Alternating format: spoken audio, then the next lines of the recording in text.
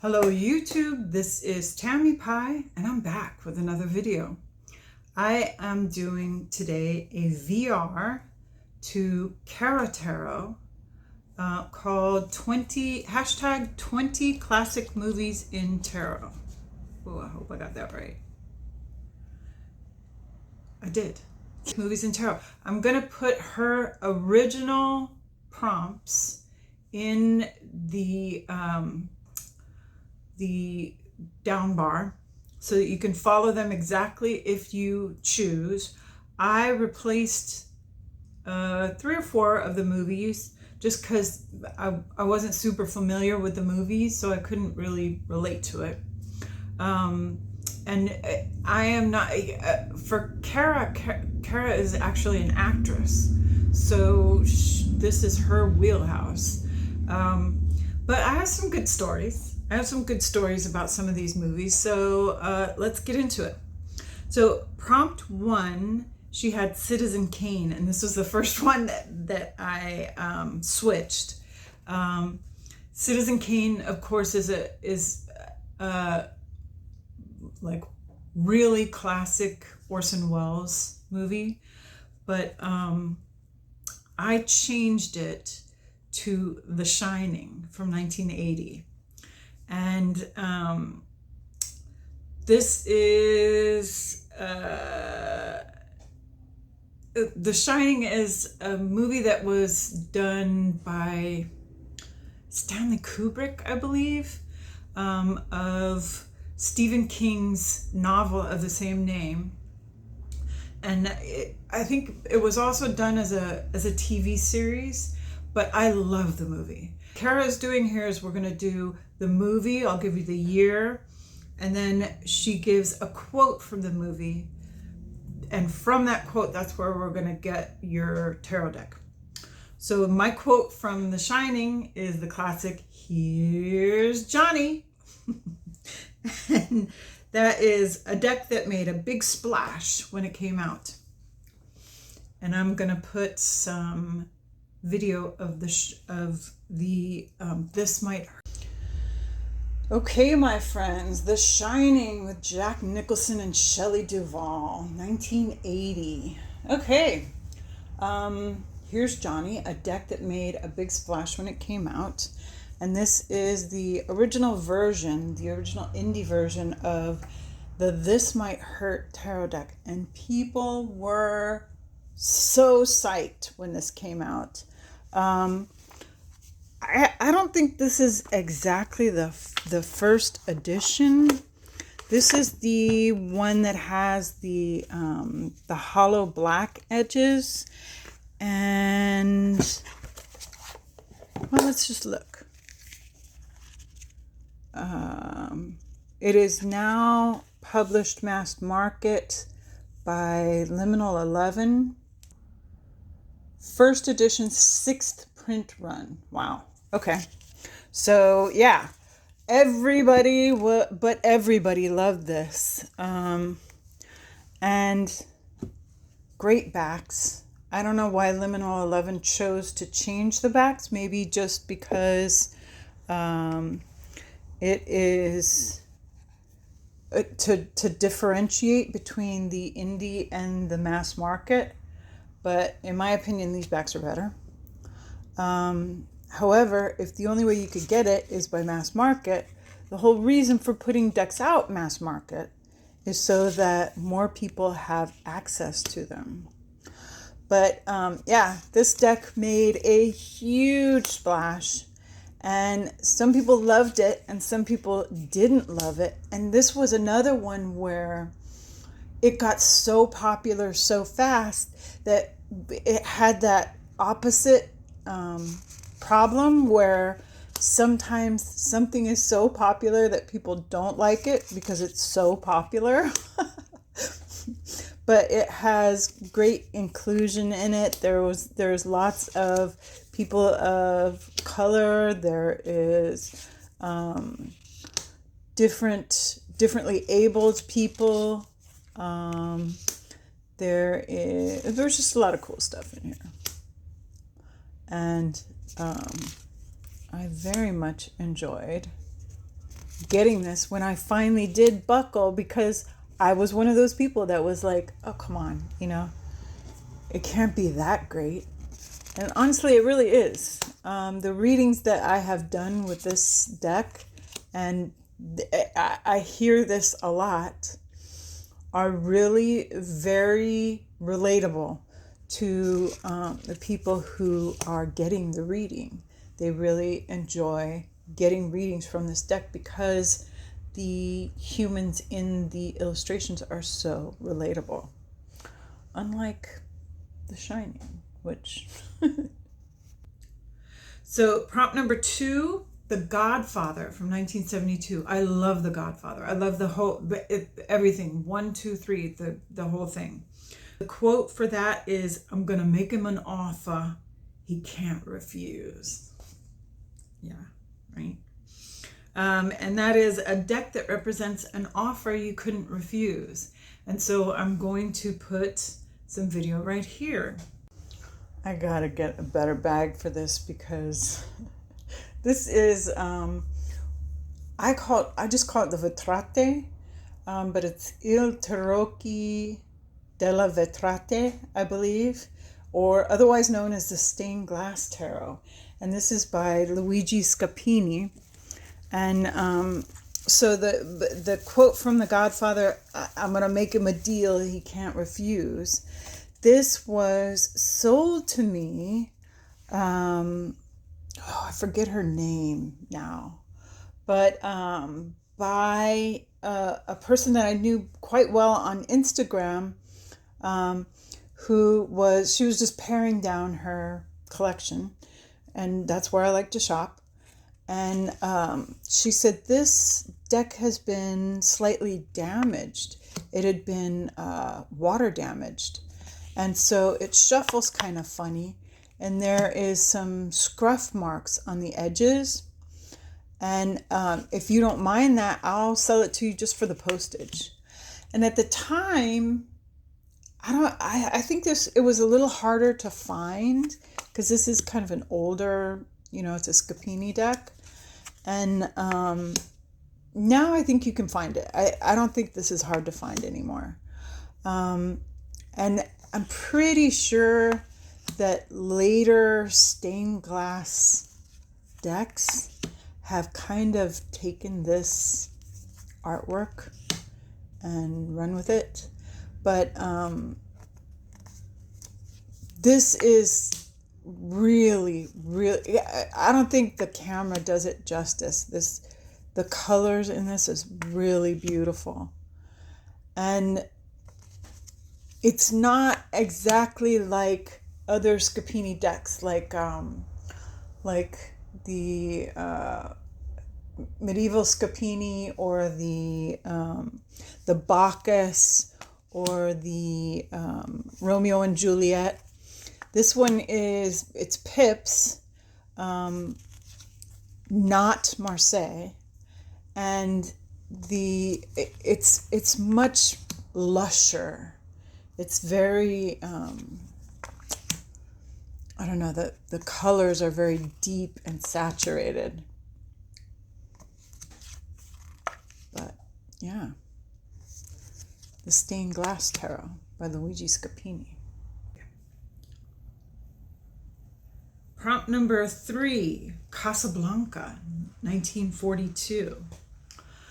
I don't think I've seen this movie all the way through, but it's such an iconic movie that people know what you're talking about when you say Casablanca. Not as much with Citizen Kane, but with Casablanca, you can immediately picture Humphrey Bogart going, "Here's looking at you, kid," right? Or the airplane scene at the end. And that one is a deck that's a pleasure to look at.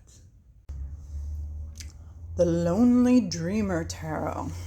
This is another one that I kept looking at it and thinking, I gotta get that. That is really beautiful.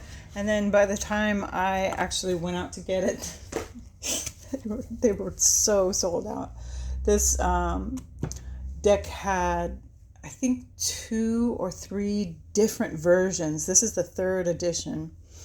And this is the one that has the guidebook that's done by Esther Tishman, who is Mindful Tarot. And this is by Melissa Wotherspoon. And the artist, I always forget his name.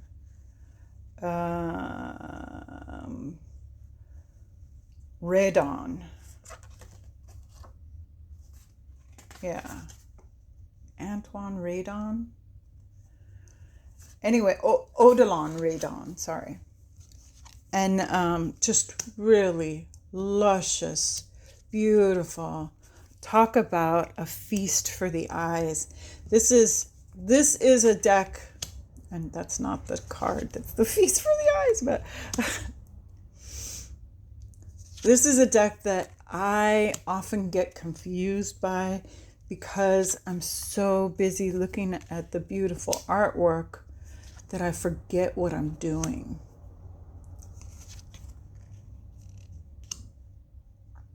Gorgeous blues.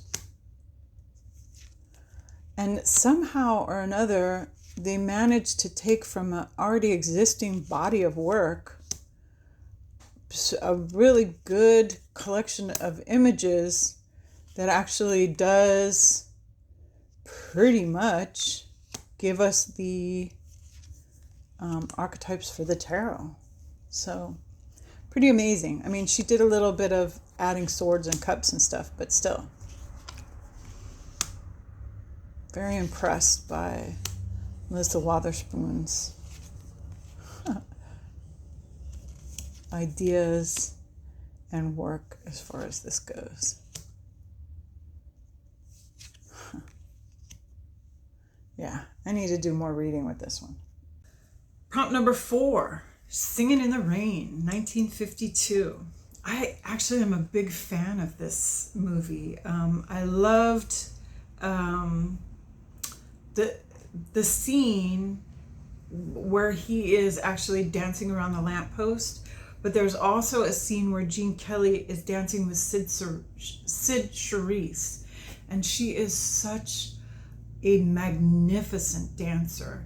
The dance really shows her off at her best, and the quote for Singin In The Rain is, "I'm singing in the rain, what a glorious feeling, I'm happy again." And it says, "What deck makes you gloriously happy?" And there are several. I could do Crystal Unicorn or any of the Three Trees decks, but I think I'm going to show you a deck called Condorito, which is... So that feeling of Singing in the Rain, of Gene Kelly dancing around, and just pure joy. I decided to show you this, which I haven't showed terribly often, and I haven't used a lot, but it does give me great joy. This is a deck that my very good friend brought to me from Chile when she went to Chile for a ski vacation. She said, "What do you want?" And I was like, "Really? I just want tarot." And this Condorito is like the national cartoon of Chile. So this plop is his tagline, right? He's always, in the end, he plop. And he's a condor because that's their national bird. And he's kind of a silly guy who's always kind of getting in trouble, and he's got a few key people who, like his mother-in-law and his girlfriend and his best friend, and like a little boy who's always there that he's trying to help. And it's a sweet little deck that honestly I don't use a whole lot, only because there's the nine of discs with the parrots. That's Condorito's girlfriend. Don't ask me how that happens. And then this is friend. But if you want to, if you're at all Spanish, but you don't even have to be fluent in Spanish. You can watch it with the titles or the translation. They have on YouTube a bunch of Condorito cartoons, so you can familiarize yourself with it. And I don't know, I didn't even look up how you go about buying this. My friend brought it to me from Chile. Prompt number 5 is Gone with the Wind, from 1939. And in 1939, people were different. Hollywood was different, and a lot of horrible shit was going on. But it is a really great movie. And I also really enjoyed the book. After all, tomorrow is another day. What deck gives you strength when you're down? And I'm going to insert some video of the Pocket of Peers right here. So, after all, tomorrow is another day. A deck that gives you strength when you're feeling low. This deck, it's a very unusual piece of art because these are all real people and they all had real input into this deck.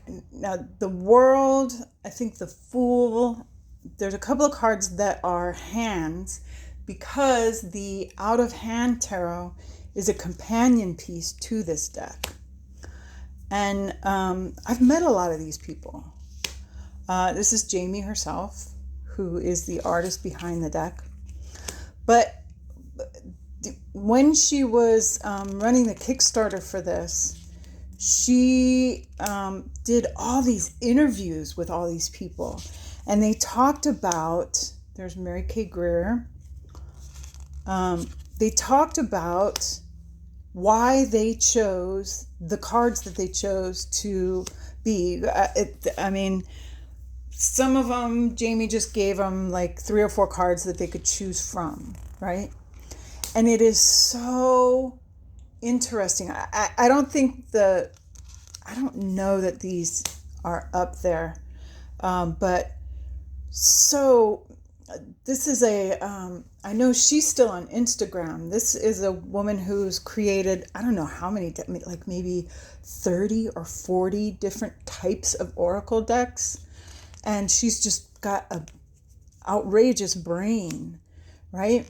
And just all these really interesting people. This is Jenna from Moonlit Fae as the Queen of Pentacles. Ethany as the Knight of Swords. Great card for her. The Justice card is Benabel Wen.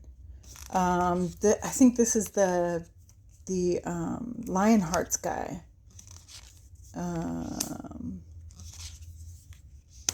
Just all kinds of really cool people went into the creation of this deck.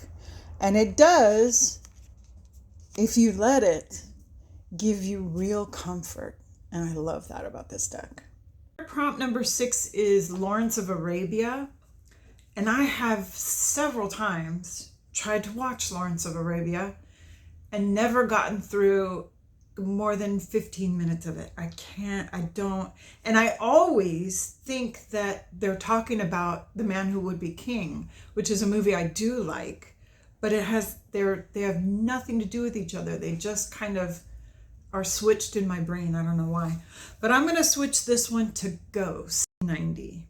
And the quote from Ghost is ditto. If you know, you know.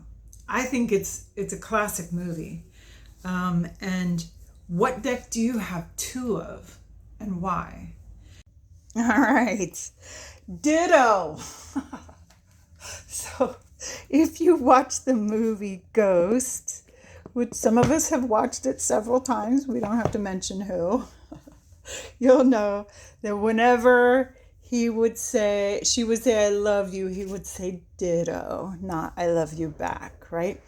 So I have here the 3rd edition of the Sasarabito and the 8th edition of the Sasarabito. You can see the box has changed slightly over time. And in part, that's because this one's, the cardstock is thinner. Okay?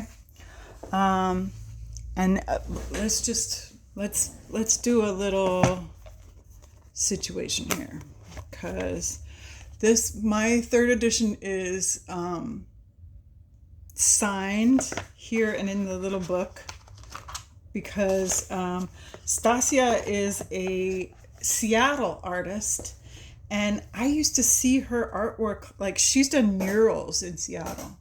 I don't know if they're still there, but like, she had painted the outside of this restaurant, and I was like, oh my God, that's Stasia Burlington. And anytime I would be like in a stationery store or anything, I would be like, and find a sticker of hers, because she's got a whole bunch of like stickers and like other kinds of artwork that she sells besides tarot decks. And since then, she's done a couple other tarot decks and a couple of oracles. But I would always be like, yay, I want to get... So the major difference in this, I don't think she changed the art at all. But she did change the cardstock. So can you see this? This cardstock is super glossy and way thinner. And this cardstock is nice and matte and a little thicker. And that's basically the only difference. The art is pretty much the same. There's the gilding from the original deck. And of course, I got this deck secondhand. So this gilding has actually held up to a lot of shuffling. And because this cardstock is thinner, I think it shuffles a little better. However, if you're photographing your deck, you can't beat this. This cardstock photographs way better. And so I keep both decks because I do love this deck. And this was one of the decks I got I got a big box from Honey Lou at one point. She's been selling a bunch of decks for a friend of hers.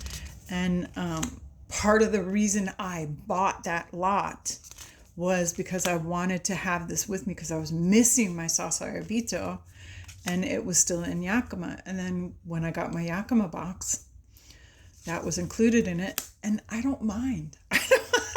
I'm okay with having two editions. And yeah, I mean, what are you gonna do when you really like a deck? I was trying to lighten this shelving situation up a little bit. I was gonna send some of these decks on, and I just couldn't do it. One of the decks that somebody wanted to buy with it, I was just like, you know what? I'm feeling weird about this. And there's been decks that I have let go that I'm sorry I let them go. Like the Robert M. Place Vampire Tarot. I'm really sorry I let that one go. But I had a long history with it, and and of course my Tarot Delphi, I still kick myself for letting that one go. But that is the Sasarabito, the 8th edition with matte cardstock. I believe it's on edition 9 now, but same artwork. Prompt number 7 is for Vertigo of 1958. I am a big fan of Alfred Hitchcock. I like the birds and Marnie, but in Vertigo, the quote is, "There is something I must do." And it's, what deck are you obsessed with? All right. This is actually, I think this is a collab material that Jenna did with, what is that other deck called? Somebody else will know what this deck is. But I keep my Mythologica Fennica in here because this was my obsession for months. I was so into this. My friend from New York sent me this deck. And at first I was like, I don't want it. The artwork's weird. And she was like, I think you want it. And I'm so glad she did because I like this version better than I like as so often is the case, I like the indie one better. I like that they use the you know how you can't think when the camera's on? The Finnish names.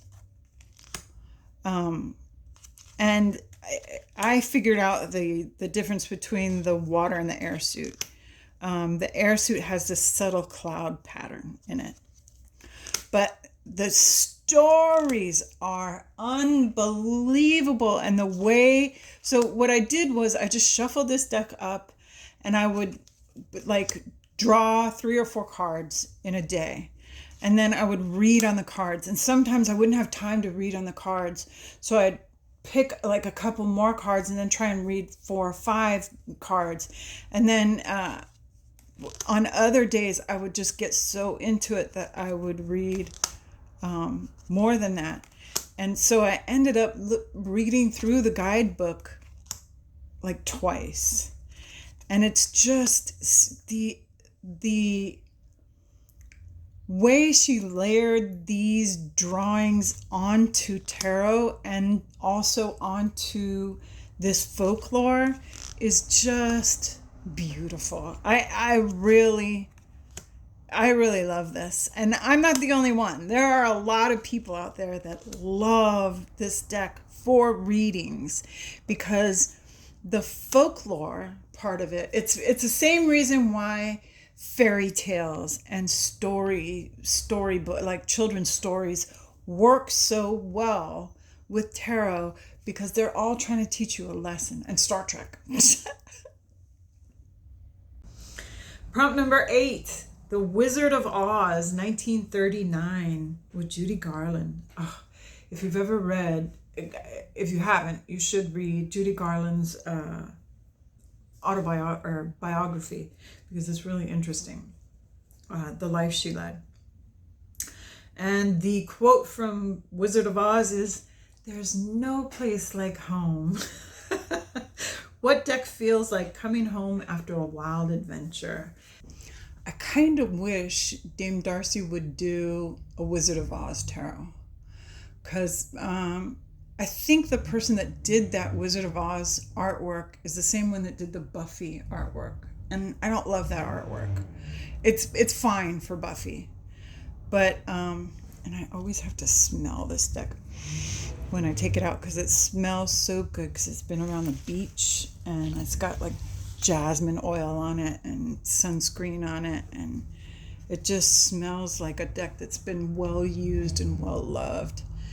And this is the original Dame Darcy Mermaid Tarot. And when this first came out, it came in these little organza bags because it was before she published, indie style. I believe she was doing these on make playing cards. I haven't gotten that straight from the creator herself, but it feels like make playing cards cardstock. And this is just so there's this whole thing with this, right? These drawings were taken straight from the other mermaid deck that came from Los Scarabeo or something like that. So she went and switched out, I think, 22 drawings. I think it was 22 drawings. And at first, she published it the same way, like not in a box or anything. So you could tell. In fact, I have the other edition of the old Mermaid Tarot when she first put in those new drawings. And you can really see the difference between the old and the new drawings. And then she refined it over time, right? So now the deck looks seamless. It looks like all these drawings were done at the same time. But I kind of love the history of it. And honestly, she took inspiration from other stuff too, like for some of these 20s scenes and some of this pirate stuff. Like this, I think, is off some old 1920s artist too. So it does not matter to me. This deck reads so well. It's basically an RWS, but with mermaids and pirates. And I love it. There's no place like home.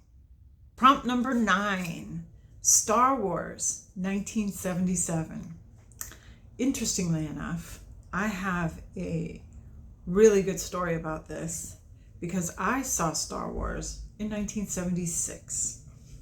Help me, Obi-Wan Kenobi, you're my only hope.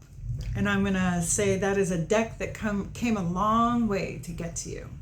Star Wars, 1977. But it was released in select theaters in the summer of 1976. One of those theaters was Grauman's Chinese Theater in Hollywood, California, where I was with my best friend. We were staying in what's the P? Anyway, and her father slept through the movie. I could not believe it because it's got that beginning scene where the ship comes over. He was asleep already. But yeah, Star Wars, help me, Obi-Wan Kenobi. And the reason I replaced this is because Luke, I am your father, is from Empire. But also this is a deck that came all the way from Amsterdam to Hawaii, which is something like 7,300 miles, maybe a little more than that. And this is The Wild Unknown, modded by Anna from Astral Lady Tarot. And I bought this deck from her when she was selling some decks that she wanted to let go of because she didn't feel like they were elevating her practice, and she needed to make some money to fix up her van because she and her partner cruise around Europe in an RV.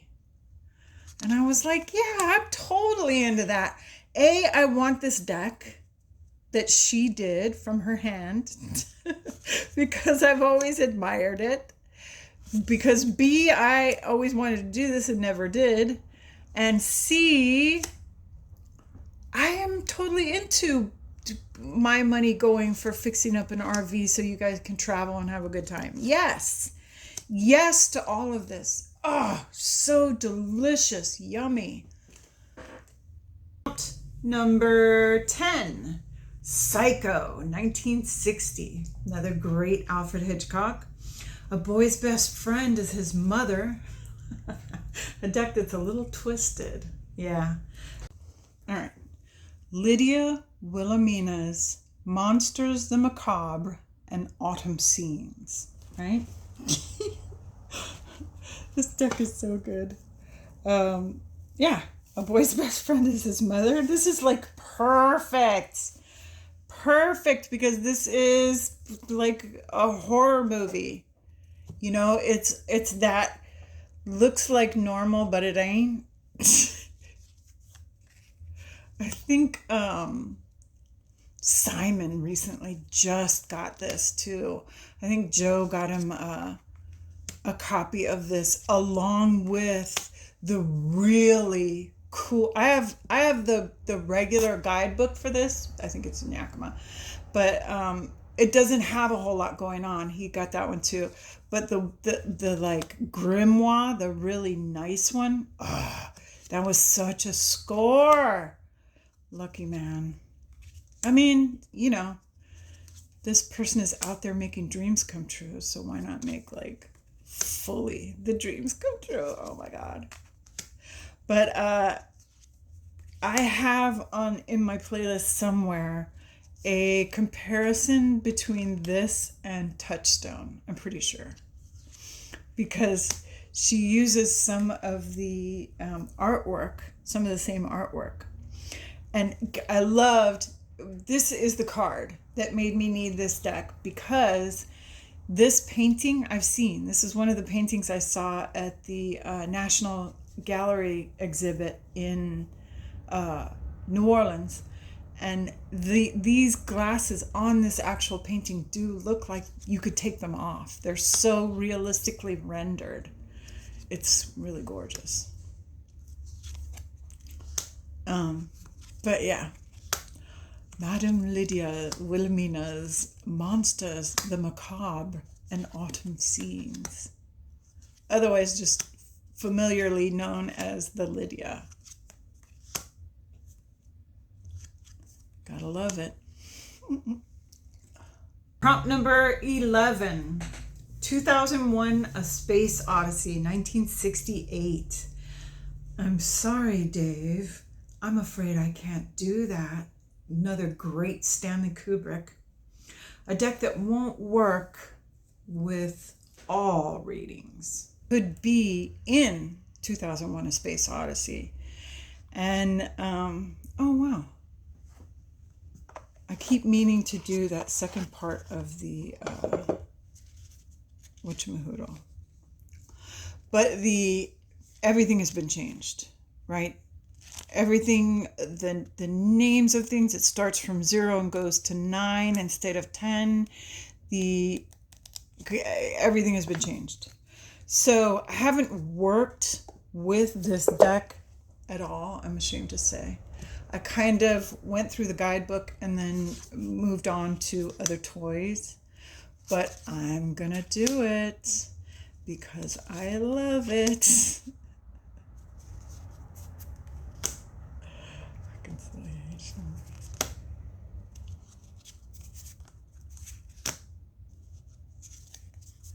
But I imagine, because of the nature of it, that it won't work for any old reading. It's going to take some things and kind of turn them on their head. Speaking of which, because it's a little weird, right? It's a little weird. Okay, it's a lot weird. Because it's totally weird. Prompt number 12 is Sunset Boulevard, but I'm completely unfamiliar with Sunset Boulevard. I mean, I know it exists, but I've never seen it, and I'm not going to watch it. So I put in here Desperately Seeking Susan, which is a movie from 1985, and the quote is, "Are you a prostitute? Leslie told me lots of prostitutes are lesbians." And this is a deck that you think is misunderstood. All right, I'm not going to lie. This is another really weird deck. And it's weird, but I see where Travis McHenry was going with this. I imagine in all of his reading and studies and his tarot creation that sometimes he wants to go a little to the left, right? And so what I love about this deck and why I think it's misunderstood and why I think you would have a better time with it if you, instead of thinking of this deck as a tarot, and don't just go straight to, okay, well, fine, then it's an oracle. I mean, you can. Shit. I am a proponent of do whatever the hell you want with your cards. They're your cards, right? But this is the indie version. The There is a mass market version out there where the cardstock is different, the box is different. They've got a whole book on it now too. But what he did here was, instead of cutting out pictures from Hieronymus Bosch artwork and matching them exactly to the Golden Dawn stuff, he turned this painting into a deck. So instead of, say, trying to push certain things into them being vessels, of being cups, instead what we're getting is little bits of this picture, of this painting, that are a tarot deck if you put them all together. It's really hard to explain. However, this deck actually reads incredibly well, and this indie version, the cardstock is amazing. It's I don't know who he gets his stuff printed by, but this is the really nice, great plain cardstock that I like. And what did he do here? He put, I think, 2 extra suits in here.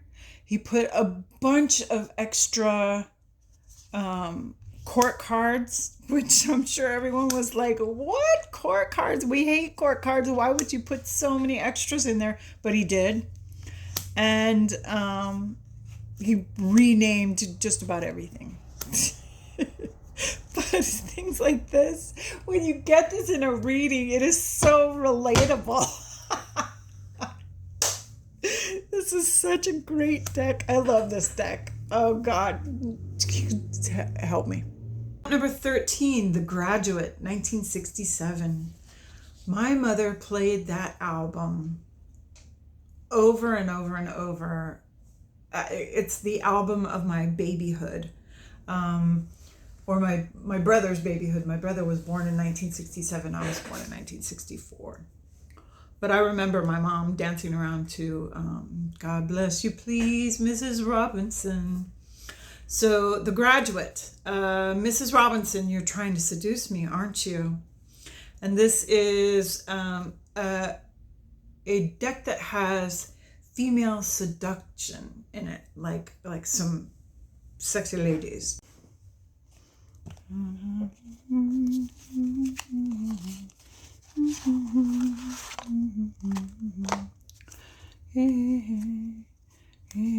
So when I got this deck, I think we had just moved to Washington, and I lived in Louisiana for almost 10 years. And this story takes place in New Orleans. Even though I think the artist is actually Italian, but and there we go, right out of the gate, a bunch of incredibly sexy women in here. I instantly thought of this deck for the prompt. I remember people being like, what the hell? What is the purpose? Why? Much running mascara, squeezed together bazooms, and nightgowns. But I still love this deck. I still love this deck. This is another one where it comes from kind of this this universe of vampire lore, and I don't know what's happening, but like the zombie, I assume it's some kind of ritualistic zombiedom, but I've never really. It's fine. It's fine. This is a comic book illustrator, right? which is why these women are depicted this way.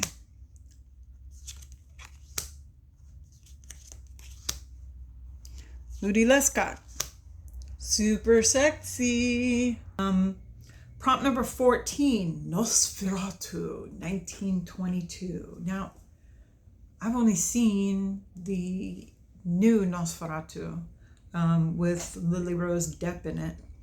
And I think they kind of made her more the star than in the old one. In the old one, Max Schreck was the star, right? But not so hasty, my young friend. No one can escape his destiny. What deck makes you question your reality? What deck makes you question your reality? What an interesting question, right? Now, Kara used some oracle decks. I think I have only done tarot here, which that's quite the accomplishment as far as I'm concerned. This, I think in part the reason I think this one makes me question my reality, quote, is because it is there are so many things in it that seem real.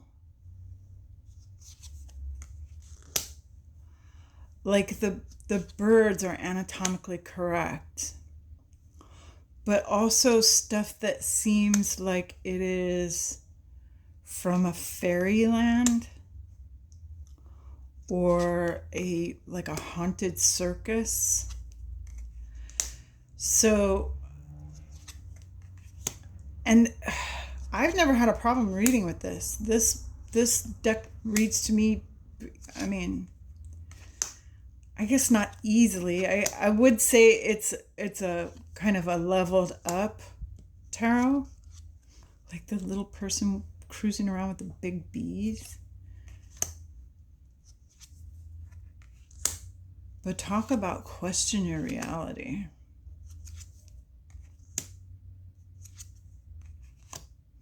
This guy, this artist, Jeremy Hush, notice she doesn't have a mouth. He's got some stuff going on in his head, I think. But, you know, luckily, art lets us get that out, doesn't it?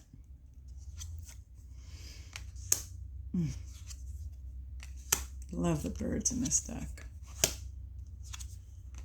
Yum. All right. Prompt number 15. It's a Wonderful Life, 1946. I switched the quote for this because I just wanted to do a different quote. No man's a failure who has friends, which I think is really the whole point of the movie. And what deck reminds you of lifelong friendships? And just sometimes it feels like, why do I go on? You know, that's why that movie is so relatable. And that's kind of the whole Buffy thing, right? Buffy at times feels like she's the only person in the whole world. I mean, there can be only one, right? And these are her friends. These are the people that hold it together when her boyfriend leaves, you know, which is the end of the world when you're in high school. When her, when it seems like the things that she does, that she's doing, are impossible to talk about. She can't talk to her mother. She can't talk to her teachers. She talks to her friends, right? And her friends go out there with her and they save the world. I mean, this deck is so good. And I actually was a fan of the movie. The movie is pure camp, but the series was really good, you know, as compared to Supernatural. A lot of those are not so good. And yeah, it's campy. It's teenage series, keeping people glued to the TV so they could buy more, whatever. But it worked, and I loved it. And it did have the lesbian couple in there, which I thought was great. I remember seeing it when I was, younger and thinking, yay, I can't believe they did this, because that was back in my younger days. Ellen came on and said she was gay, and it was like the end of the world, right? But yeah, Buffy did it, and nobody blinked an eye. I love it. Prompt number 16 is Shaft from, I think it's 1972. And if we're going to do blaxploitation, I'd rather do Foxy Brown from 1974 with Pam Grier. And she's, my purpose is far greater than my pain. And I want to, and still I'll use her quote, or her prompt, which is a deck that shines a light on Black culture or African American culture. Y'all, go see the movie Sinners. It is such a good movie. Oh my God, it's such a good movie. The dance hall scene is amazing. I mean, if you don't like horror, you don't like vampires, you don't like great music or amazing cinematography. But I did not like Shaft. Foxy Brown, on the other hand, iconic. I mean to tell you. Old Pam Grier, God dog, what a woman, right? This Rhythm and Soul tarot. Wow. This is just really gorgeous, and it does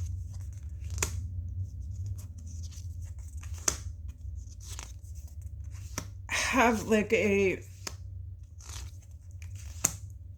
genuine feel of the South, which if you live in the South, if you have lived in the southern states of America, Louisiana, Mississippi, Alabama, you know that racism has not died, and it is a disease, a sickness, an illness. But people prevail. There is a strength in the South that is astonishing, that's beautiful.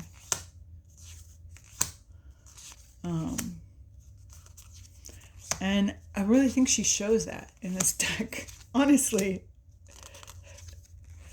the beautiful dark-skinned people in this deck look strong and melodic, and they really carry it. Prompt number 17, Some Like It Hot. Love that one. I've seen this movie multiple times with Marilyn Monroe. Nobody's perfect. So Marilyn Monroe, Tony Curtis, I forget who the other male star was, and Some Like It Hot. But this deck does that. It accepts everyone happily as they are. And really, the artist does that. She is so chill and amazing. I'm always thrilled to hear that her latest, whatever she's doing, is so successful, is so well met by the people in our community. Because if an artist ever deserved to thrive, it's this artist. She is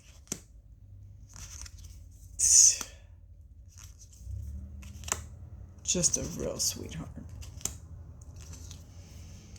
And this deck is really unusual and beautiful. And it does meet you right where you live.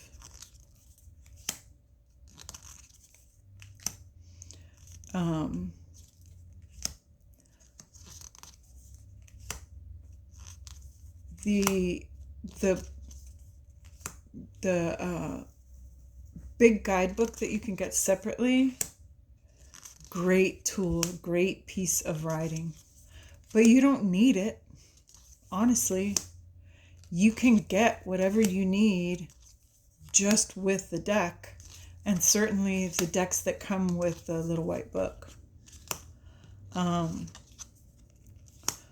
My Friend Fire should be coming to us pretty soon. And I will also be getting the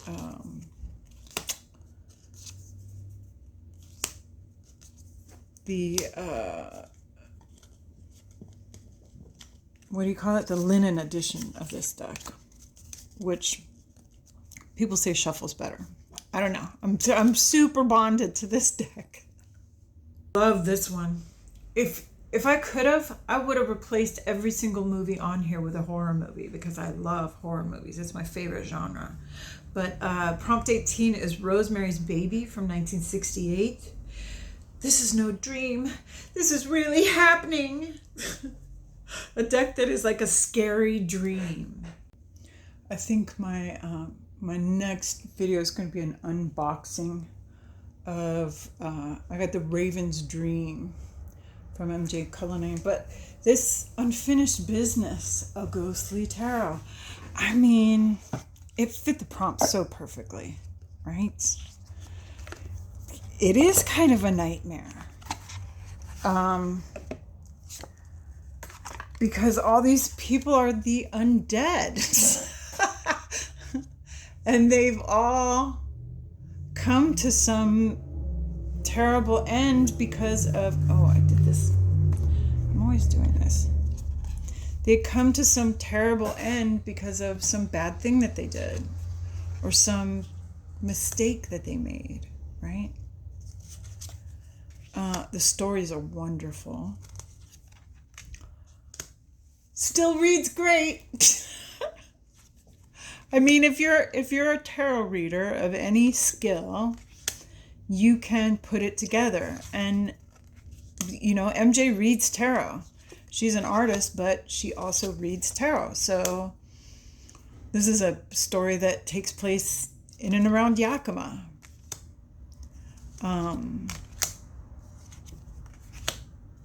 Just great. I love the cards. I love the art. I love the cardstock. I hope that the new decks are as good. And in some of these stories, I'm going to tell you, when I was reading the guidebook the first time, some of these stories I was like, oh my God, I can't read this. And then I just kept reading. Oh my God, no, I can't read that. But I kept reading. And really, it's bad because it ends in death. But also some of these stories connect, and it's kind of, you know, death is a part of life. So, yeah. Bad shit happens. What are you going to do? Number 19, I also switched. She had Crouching Tiger, Hidden Dragon, another movie which I have not been able to get through. I've seen several scenes from it, and I understand why it's a classic. It was kind of the beginning of all this stuff. I think it's a little earlier than the one I chose. I chose The Curse of the Golden Flower, which is a 2006. I love it. If you haven't seen this movie, just spend an afternoon watching it because it is the most beautiful thing ever put on film. It is really gorgeous. And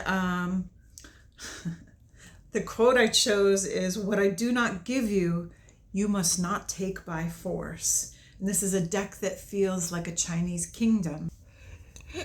So this is a deluxe edition of the Eastern Ink. It comes in a great big box with this bag, a reading cloth that's from the same material, a fan, which I have here, and a pin, which is on my Pocket of Peers bag. But I love this artwork. My sister-in-law, when I had my eldest, when she was a baby, I lived with my sister-in-law, who has 3 boys who are half Chinese. And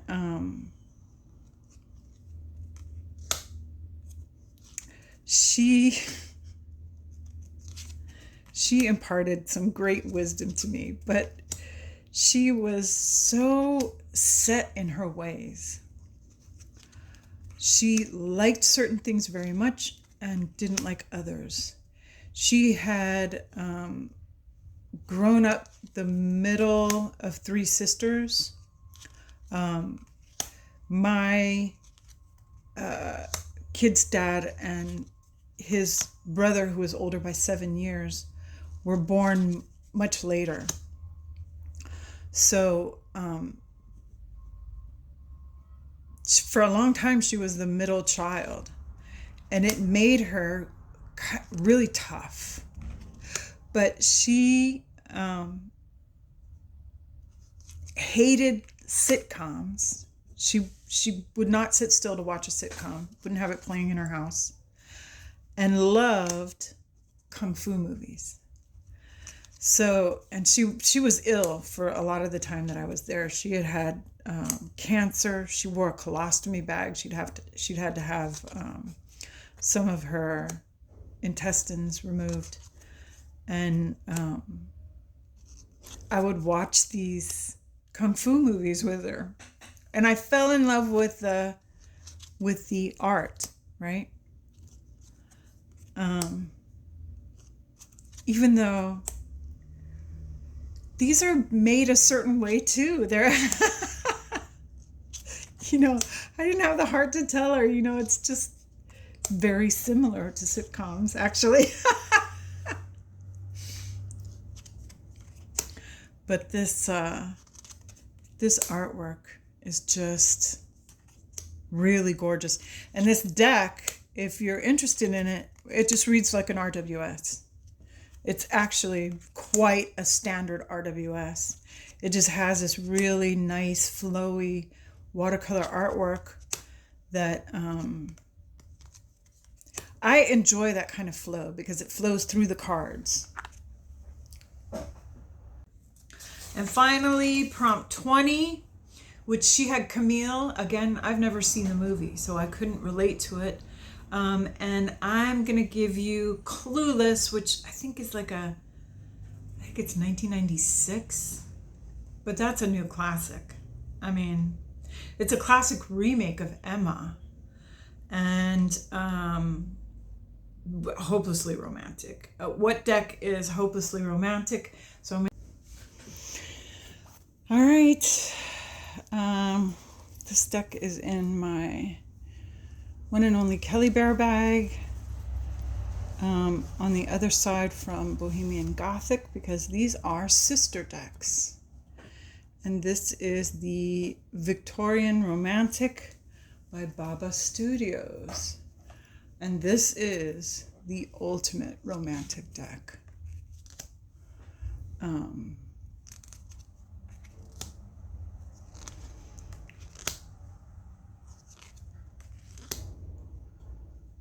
Reads really, really well because, again, Karen Mahoney is a tarot reader. So when you have tarot readers that create decks, they really bring the artwork to the archetype. So you really feel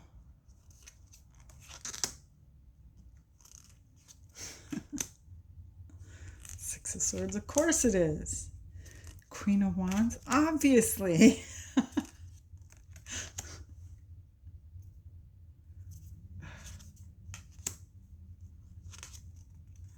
Priestess, King of Swords, oh my goodness. Eight of Wands. So I did a 78-day study with this deck, and I read the whole guidebook, and it's really good. It's really good. It's really interesting. Do you guys remember there was that girl on Instagram who would do those funny little videos, and she did it one with this where she was like, bruh,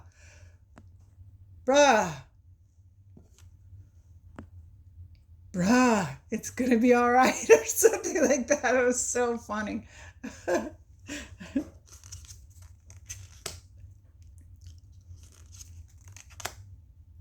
But yeah, Kara Mahoney, y'all. The Bohemian Cats Theater, now the regular one is on sale, and you save like, I don't know, $6-7 if you pre-order it early, which maybe is worth it. I pre-ordered the limited edition when they had it up, because what they do is they split the limited edition, so they sell some of it at some point, and then they sell the rest at another point, so that people get a chance, right? Because people were all up in arms because they couldn't get this or that or the other thing. And then later on, she puts the smaller deck on sale. I'm tempted. I'm really tempted. The images are starting to come out of that deck on her Instagram, on the Baba Barak IG, and they're so good. Oh my God. I might get the small one too. I don't know. I don't know. My daughter was like, is this all your decks? I was like, no. She's like, Mom. All right. I think that's it. I don't have any more. And I will leave a list of the decks I used, but probably, I don't know if I'll get around to giving you links or anything. And I loved this idea. I just wanted to switch some of the movies. And if you haven't done this tag because you haven't seen some of the movies, just replace them with other classic movies, because I think that works too. And I think it's fun to mix tarot and Hollywood together. It's really entertaining. It's a way to use our tarot decks and have a good time with it. So thank you for coming.